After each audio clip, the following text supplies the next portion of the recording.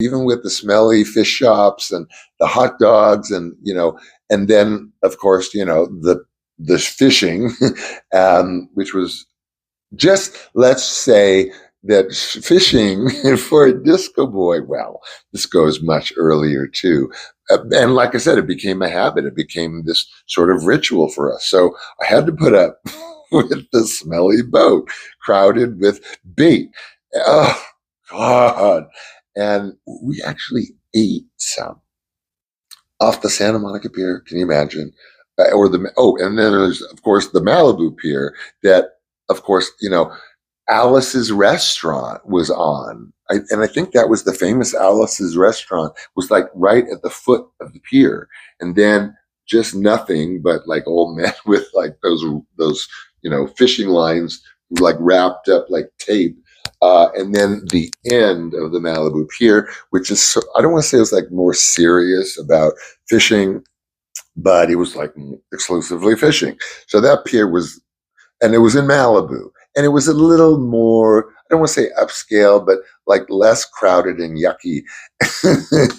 And I'm not saying these weren't beautiful memories. I mean, catching a barracuda, and God, I was so bummed when that barracuda bit the line. I cannot tell you. And I was so proud too that I had caught something. And my dad was proud, and he didn't, care, because barracudas don't taste good.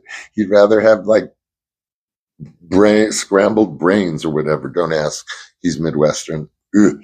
But it wasn't about bringing me to Schwab's anymore, or I mean, it was, but he kind of balanced out like the more, I don't want to say mundane, but the round table rituals for my dad, which was visiting his agent for, and all these visits lasted forever. Stopping by Schwab's so that he could talk with, out of work actors and writers for hours. But I met Elvis there, so it wasn't certainly a waste of time. But like I said, other actors stopping by, casting directors, spending hours in a print shop getting his headshots exactly the way he wanted them. And there were, my dad must have had like suitcases full of different headshots. So particular about that. But between the Piers and that, and New Year's Eve, which we talked about, they're just some of the strongest memories of my life. And a lot of times we don't remember these things, right?